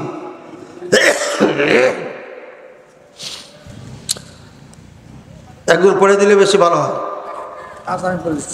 তাহলে তামাকজাতকরণ, পান, সুপারি চাষ করা ইসলামের দৃষ্টিতে জায়েজ কিনা প্লিজ জানাবেন। তামাক, জর্দা, গুল এগুলো একদম হারাম, কোনো দ্বিমত নাই। এর থেকে যা ইনকাম হবে সব হারাম। এর থেকে খাওয়া দেওয়া যে রক্ত মাংস হবে সব হারাম। আর যেটা হারাম দিয়ে তৈরি হবে এটা জান্নাতে যাবে, ঠিক আছে?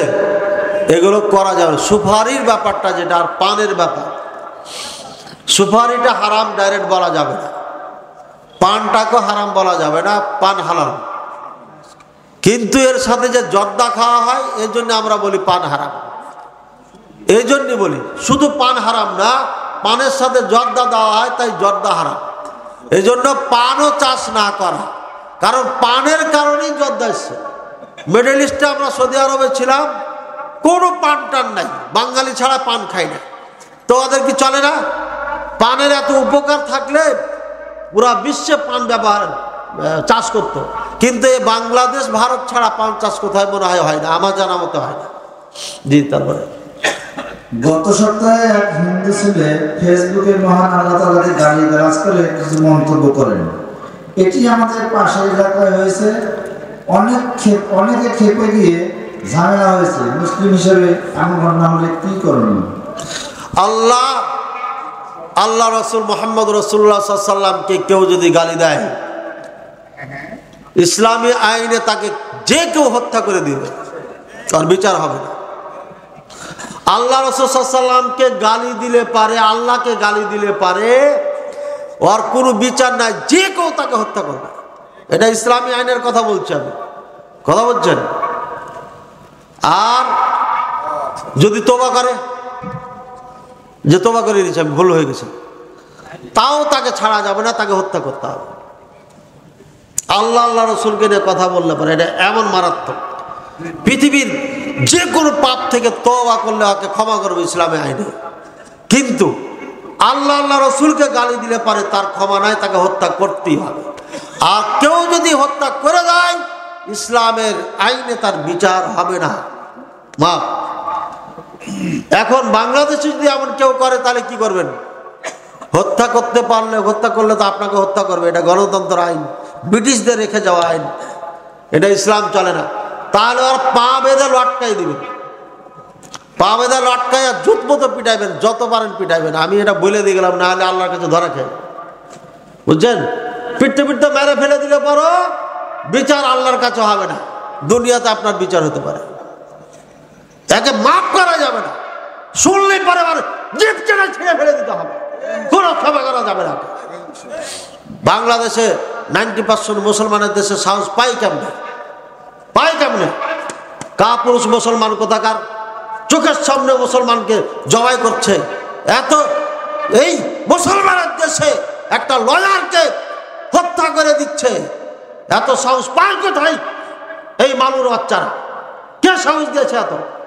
কাপুরুষ কোথাকার মুসলমান, যে মুসলমানকে দেখে গোটা বিশ্ব কেঁপেছে। 30,000 সৈনিক, 3 লক্ষ সৈনিককে পরাজয় করে ইরান জয় করেছে, পারস্য দেশ জয় করেছে। এই কাপুরুষ হয়ে গেলেন কেমনে আপনারা? আজকে চোখ রাঙ্গিয়া কথা গাই, চোখ রাঙ্গার কথা বলার পিছনে একটাই কারণ, আমাদের যারা নেতা এরা হচ্ছে পাশ্চাত্যের গোলাম। এই গোলামেরা তাদের কথা শুনে আমাদেরকে হাত পা লড়াইতে দেয় না। খুলনায় এক মৌলভী সাহেব ঘোড়া কিনছিল, তাই ওকে জঙ্গি বানিয়া থানায় নিয়ে এসেছিল। বলছে না ভাই, আমি তো এমনি কিনেছি, এটা আমি জঙ্গি টঙ্গি না। আরে ঘোড়াই উঠতে দিবে না, এমন অবস্থা। এই জন্য আমরা আজকে একদম হাত খালি। আরে ক্যারাটিও জানি না, ক্যারাটিও জানি না, নিজে আত্মরক্ষা করবে ক্যারাটিও শিখতে দিবে না, খালি দাঁড়িয়ে থাকবে। এমন একটা অবস্থা বানিয়ে ফেলেছে আমাদের নেতারা। পাশ্চাত্যের দাসত্ব করার কারণে তারা যা বলেছে ওটা বলে বলে আমাদেরকে বলে মৌলবি মানে মৌলবাদ, মৌলবি মানে সন্ত্রাস, মৌলবি মানে এটা বলে আমাদেরকে একদম বসিয়ে দিয়েছে বাড়িতে, কোনো কিছু করতে দিবে না। এই জন্য সরকারকে বলছি, এ দেশ রক্ষার জন্য প্রত্যেকটি নাগরিককে ক্যারাটে শিখাইতে হবে, কম্বু শিখাইতে হবে, অস্ত্র চালানো শিখাইতে হবে। জি, জানাজার নামাজে সানা আছে কি না? জানাজার নামাজে সানা নাই, পৃথিবীর কোনো কেতাবে নাই। কেতাব বলা ঠিক হবে না। পৃথিবীতে আসমানের নিচে জমিনের উপরে কোথাও কোরআনে নাই, কোথাও বিশুদ্ধ হাদিসও নেই। একটা হাদিস দেখাই দিবেন, হানাফি হয়ে চলে যাও। সানা পড়ার ব্যাপারে কোথাও একটি বিশুদ্ধ দলিল আপনার নাই। আইলো কোথেকে সানা? এই সানা আইলো কোথেকে এটা জানতে হবে না। সানা নিয়ে ঝগড়া। সানা মানে আমাদের এলাকায় আবার বলে আলু ভর্তাকে, ভর্তা আছে না, বেগুন ভর্তা, আলু ভর্তা, এলাকায় সানা বলে। এই সানা নিয়ে ঝগড়া। বলছে 5 ওয়াক্ত সালাতে, নফল সালাতে সানা বলি না, সোয়ারাকা বলি, আল্লাহ বাইদ বানি বলি। তাহলে পরে জানাজা নামাজে বলতে হবে কিনা? একদল বলছে বলতে হবে, একদল বলছে বলতে হবে না। যে বলছে বলতে হবে ওরা ওটা ধরে নিয়েছে, ফাতিহা কি বাদ দিয়ে দিয়েছে। যেটা নিয়ে কোনো ঝগড়া নাই ওটা বাদ, যেটা নিয়ে ঝগড়া ওটা ধরে নিয়েছে। বুখারীতে স্পষ্ট হাদিস, ইবনে আব্বাস রাদিয়াল্লাহু তাআলা আনহুমা জানাজার সালাতে সূরা ফাতিহা পড়েছেন। আজও মক্কা মদিনা গোটা আরব দেশে সূরা ফাতিহা পড়ে, বলেন সুবহানাল্লাহ। ওই সবাই সূরা ফাতিহা সবাই পড়তো, কুফার মানুষেরা পড়তো না। যেখান থেকে শিয়াদের জন্ম হয়েছে ওখান থেকে ধার করে নিয়েছে আমাদের ভাইয়েরা। এটা হাদিস পরিপন্থী ফতোয়া। জি, বিতের সালাতে 2 রাকাতের পর বৈঠক আছে কি না? জি না, নাই। ছাত্রবাসী এটা নিয়ে মুনাজারা হয়েছে আমার সাথে। জীবনে যে কত মুনাজারা করলাম, আর কত মুফতিকে যে আমি কান ধরাইছি আল্লাহ ভালো জানে। মদিনাতে বসে মুফতিকে কান ধরাইছি, বিশাল গন্ডগোল লাগিয়ে দিয়েছে। ভাইয়ের আমার, বেতুর সালাতে 2 রাকাত পরে যে বৈঠক আছে পৃথিবীতে কোনো বিশুদ্ধ হাদিস দ্বারা প্রমাণিত না। এটা তৈরি করা বৈঠক আছে কত? ডাইরেক্ট 3 রাকাত পড়ে একবার লাস্টে, 3 রাকাত পড়ার 2টা নিয়ম, একবার লাস্টে বৈঠকে একবারই, অথবা 2 রাকাত পড়ে বসে তাশাহুদ সব পড়ে সালাম ফিরে দিয়ে আবার নতুন করে আরেক রাকাত পড়বেন, এটা বেটার সব থেকে। আর দ্বিতীয় নিয়ম হচ্ছে টানা 3 রাকাত পড়ে লাস্টে বসবে, 5 রাকাত পড়লে লাস্টে, 6-7 রাকাত পড়লে লাস্টে, 9 রাকাত পড়লে 8 রাকাত পড়ে বসবে, তাশাহুদ পড়বে, পড়ার পরে আবার উঠে আরেক রাকাত পড়ে তাশাহুদ পড়ে সালাম ফিরবে। 9 রাকাতের ক্ষেত্রে এই নিয়মটা আছে, 8-এর পরে বসতে হবে। এই হুজুর করেছে কি বিশাল বড় মাদ্রাসার থেকে ফতোয়া লিখে নিয়ে এসছে, ওইখানে এই হাদিসের টুকরাটাকে নিয়ে বসিয়ে দিয়েছে 3 রাকাত দিয়ে। আমি তখন ওটাকে কলম দিয়ে কেটে দিয়েছি, যেটা মিথ্যাচার ধোঁকাবাজি করেছে। ফতোয়া কেন কেটে দিলাম? এত বড় মাদ্রাসার, তাই মুনাজারা হয়ে যায়। বুঝেছেন? পৃথিবীতে কোথাও দলিল নাই। একটা কাজ উল্টা করে, এখানে আর একটা উল্টা কাজ করে। কোন মুফতি বলছিল না যে আমাদের সালাতকে যদি জাল প্রমাণ করে দিতে পারে, আমার মায়ের বেটা থাকে, তাহলে আসুক। মায়ের বেটা আছি আমি, তোমার নামাজে জাল কয়টা আছে আমি দেখাবো ইনশাআল্লাহ। এই বেতন নামাজে একটা জাল বৈঠক বানাইছো তোমরা, আর একটা উল্টা তাকবীর দেয়। আমার কুনুত পড়ার জন্য উল্টা তাকবীর দেয় না, এটাও জাল। একটা দলিল দিবা, তোমার 14 গোষ্ঠীকে চ্যালেঞ্জ করে গেলাম বেটা। ঠিক আছে? মহিলাদের ফরজ সালাতে ইকামত আছে কিনা? নারীদের ফরজ নফল কোনো নামাজে আজানও নাই, একামতও নাই। এটা তো গাইবান্ধাতে ফতোয়া দিয়ে গেছি গোবিন্দগঞ্জে। একজন বড় শেখ আবার বলছেন এটা তো নতুন কথা হয়ে গেল। এখন না, নতুন না, এটাই পুরাতন। মহিলাদের আজানও নাই, একামতও নাই। বুঝেছেন কথা? এটাই মাসালা, এটাই ফতোয়া। ইবনে বাজ রাহিমাহুল্লাহ ফতোয়া খুলে দেখবেন, এটাই লিখে দিয়েছেন।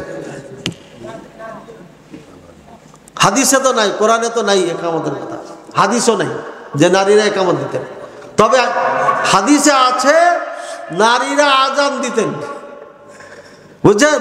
ইমাম বুখারীর ওস্তাদ মুসান্নাফ ইবনে আবি শাইবা যেই কেতাবে নাভির নিচে হাত বাঁধার হাদিস দলিল দেয়, দেয়া বলে বুখারীর ওস্তাদের কেতাবে আছে। এটা লা মাযহাবিরা মানে না ভাই। আমাদেরকে লা মাযহাবি বলেন না, মাযহাব আমাদের আছে। মাযহাব আমাদের কি? ইসলাম। মাযহাব যাদের নাই, ইসলাম যারা মানে না, তারা লা মাযহাব। কাজে এটা গালে হাত দিয়ে না।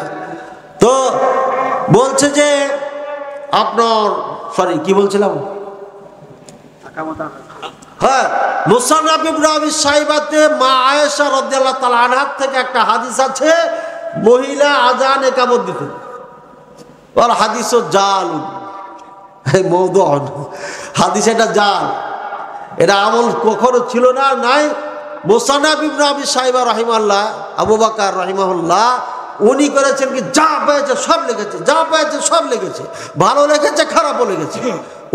ওই বই থেকে দলিল দিলে পারে গবেষণা করে দলিল দিতে হবে, যেটাই সেটা দেওয়া যাবে না। আর যেটাই সেটা দিলে পারে প্রথম বলবেন যে ইমাম বুখারীর ওস্তাদের কেতাবে মহিলার আজান একামত আছে, তোমার স্ত্রীকে আমার মসজিদের মুয়াজ্জিন রেখে দাও, বেতন যা দিবে তাই দিবে। বুঝলেন না কথা? যদি ওটা ওস্তাদের কেতাবের এত মূল্য হয়ে যায়, তাহলে তোমার বউকে আমার মসজিদের মুয়াজ্জিন রাখো, বেতন যা নিবে তাই দিবে, সমস্যা নেই। বুঝেছেন কথা? কাজী বইয়ে থাকলে পারে, ওস্তাদের বইয়ে থাকলে মানতে হবে এটা নয়, বরঞ্চ হাদিসকে যাচাই বাছাই করে নির্ণয় করে নিতে হবে। আর এটা ওলামায়ে কেরাম করে দিয়ে গেছেন। আপনার ওখানে যাওয়ার দরকার নাই। বুখারী দেখেন, কোরআনের পরে বুখারী দেখেন, পালেন না মুসলিম দেখেন, এই 2 কেতাবে সব পেয়ে যাবেন। তবে কয় তাকবীরে পড়বেন এটা পাবেন না। আবু দাউদে যান, তিরমিজিতে যান, ওগুলোতে পাবেন। যেটা পাবেন না ওটা ওদিক থেকে নেন। আর বুখারী মুসলিমে যা পাবেন চোখ বন্ধ করে আমল করেন। আমিন জোরে বলার হাদিস বুখারীতে আছে। ইমাম মুক্তাদি সবাই অধ্যায় বেঁধে রেখেছেন ইমাম বুখারী। বাবু মামুন, বাবু জাহরিল মামুম বিত্তামিন, বাবু জাহরিল মামুম বিত্তামিন, মুক্তাদি জোরে আমিন বলার অধ্যায়, এভাবে বাবটা আছে। বাবু জাহরিল ইমাম বিত্তামিন, তামিন, ইমাম জোরে আমিন বলার অধ্যায়। এই 2টাই অধ্যায় ইমাম বুখারী রাহিমাহুল্লাহ দিয়েছেন। আর আমাদের দেশের হুজুর বলে যে আমিন বুখারীতে নাই। জোরে আমিন, জাহার মানে জোরে, জোরে আমিন বলা, সশব্দ আমিন বলা মুক্তাদির অধ্যায়, সশব্দ আমিন বলার ইমামের অধ্যায় ইমাম বুখারী অধ্যায় বেঁধেছেন। আর এরা বলছে জোরে আমিন বুখারীতে নাই। কেন বলে সেটা আমি জানি, এবং এটা উত্তর দিয়েছি, কাটরাহাট কলেজ ময়দানে দিয়েছি, অনেক আগে দিয়েছি। এটা নেটে পাবেন ইনশাআল্লাহ। তারপরে বাংলাদেশের প্রেক্ষাপটে নির্বাচনের জনপ্রতিনিধি বা প্রার্থী হয়ে নির্বাচন করা যাবে কি না? মানে ভোট করতে পারবেন কিনা, তাই তো? এখানে একটা ঢিলা ফতোয়া আছে, ঢিলা ঢিলা, অত চাঙ্গা ফতোয়া এখানে দেওয়া যাবে না, বুঝছেন? প্রথম কাজ হচ্ছে নতুন করে দল তৈরি করবেন না। প্রথম কাজ হচ্ছে কি, দল তৈরি করবেন। আমরা আহলে হাদিস একটা দল তৈরি করব। আচ্ছা 3 কোটি আহলে হাদিস ছিল, এখন আমি 4 কোটি কাকে বলেছি, ডক্টর মুসলিহউদ্দিন হাফিজাহুল্লাহকে বলেছি, এখন 3 কোটি বলা যাবে না, 4 কোটি বলতে হবে। কারণ এই যে আমাদের ওয়াজ নসিহত শুনতে শুনতে বাড়তি আছে, তো এখনো কি 3 কোটিতে আছে? ওই পুরানা থসথসে গেল 3 কোটি, পুরানা যেগুলো চলে না, যে বুড়া হয়ে গেছে। কিন্তু তরুতাজা যেগুলো, এই যে দেখছেন যুবকেরা, এরা হচ্ছে কমপক্ষে 1 কোটি হবে বর্তমানে বাংলাদেশের যে অবস্থা। সুতরাং আহলে হাদিস বাংলাদেশে এখন কয় কোটি? 4 কোটি। যত বছর যাবে বাড়বে ইনশাআল্লাহ। তো সুতরাং ভোট আমরা করার জন্য একটা দল তৈরি করি। আচ্ছা 4 কোটিকে আরো 4 কোটি যদি সমর্থন করে, তাহলে কি ভোটে যেতে পারবেন? 18 কোটি মানুষ না, পারবেন না। সুতরাং যে দল আছে, ইসলামী দল বাংলাদেশে একটাই করেন, ঠিক আছে? কাকে করবেন? আপনি করেন, করে ভোট দেন। যাকে দিয়ে দেশ ও জাতির কল্যাণ হবে তাকে ভোট দেন। কেমন হয়ে গেল? এটা তো না বললো না, বিস্তারিত বলা দরকার। জি জি জি, বিস্তারিত না বলে এটা নিয়ে একটু মেলা ঝামেলা হবে।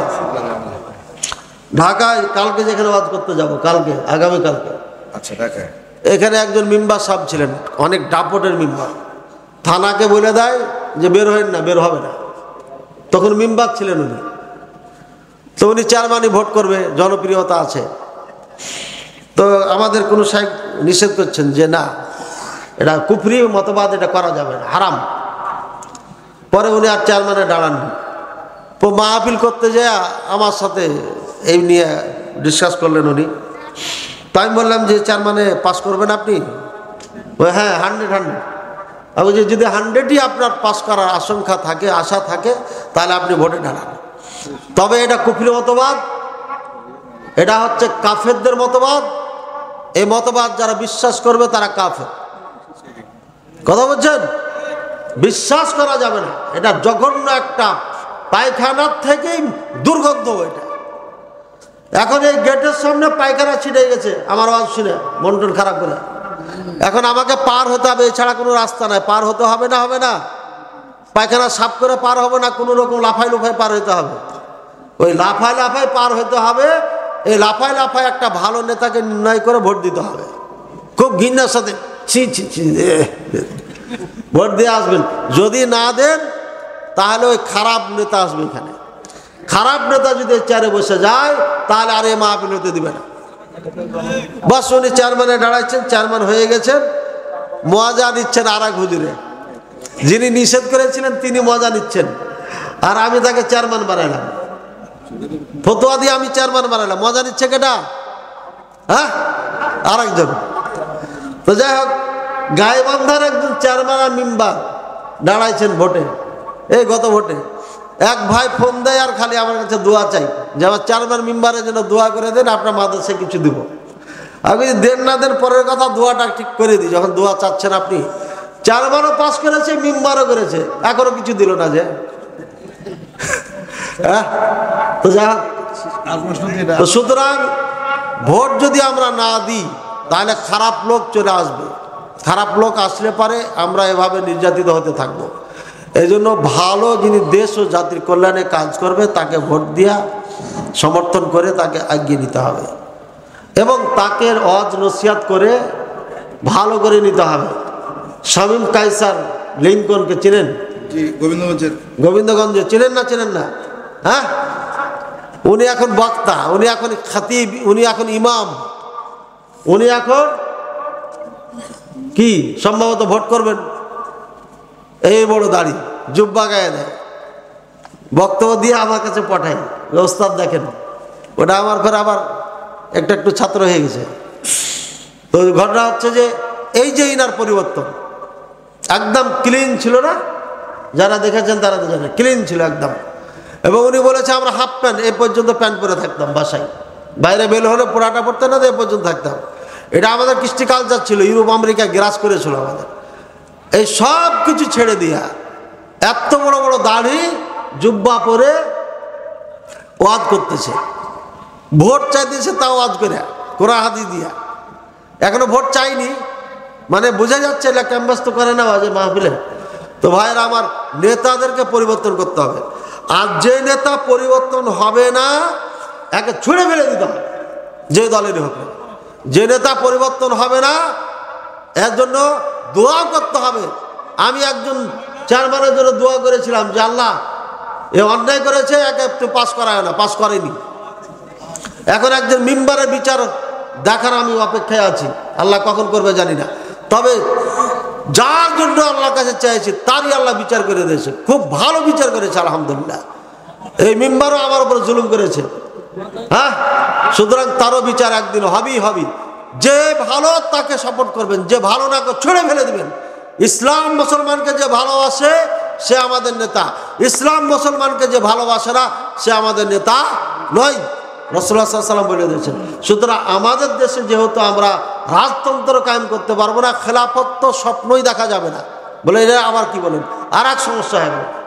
ইমাম মাহদী আলাইহিস সালাম বা রাদিয়াল্লাহু তাআলা আনহু, ইমাম মাহদী রাদিয়াল্লাহু তাআলা আনহু আসার আগ পর্যন্ত খেলাফত কায়েম হবে না, তবে ন্যায়পরায়ণ বাদশাহ করা সম্ভব। খলিফা মানে কি বুঝেছেন? বাংলাদেশে যদি খলিফা হয়ে যায় গোটা ওয়ার্ল্ড শাসন করতে হবে তাকে, গোটা ওয়ার্ল্ডের নেতা হবে সে, সমস্ত মুসলিম উম্মাহ তার কথায় চলতে হবে। এটা হচ্ছে খলিফা। এই জন্য খলিফার আন্দোলন করে লাভ নাই, নেতাকে ভালো করার আন্দোলন করেন, তাহলে পরে আমরা লাভবান হতে পারবো ইনশাআল্লাহ। আল্লাহ তাআলা আমাদের সবাইকে তৌফিক দান করুন, আমিন। আল্লাহ আমাদের জন্য তুমি এমন নেতা নিযুক্ত করো না যারা আমাদের প্রতি দয়া রহম করে না। আল্লাহ তুমি আমাদের জন্য এমন নেতা নিযুক্ত করুন যারা আমাদের প্রতি দয়া করবে, রহম করবে। আর কোনো প্রশ্ন নেই তো? হ্যাঁ, সব থেকে আনন্দের বিষয় যে ভাইয়েরা কষ্ট করে এই বিশাল আয়োজন করেছেন, এটা আল্লাহ রহমত ছাড়া সম্ভবই ছিল না। আল্লাহ তাআলার নিকটে দোয়া করছি।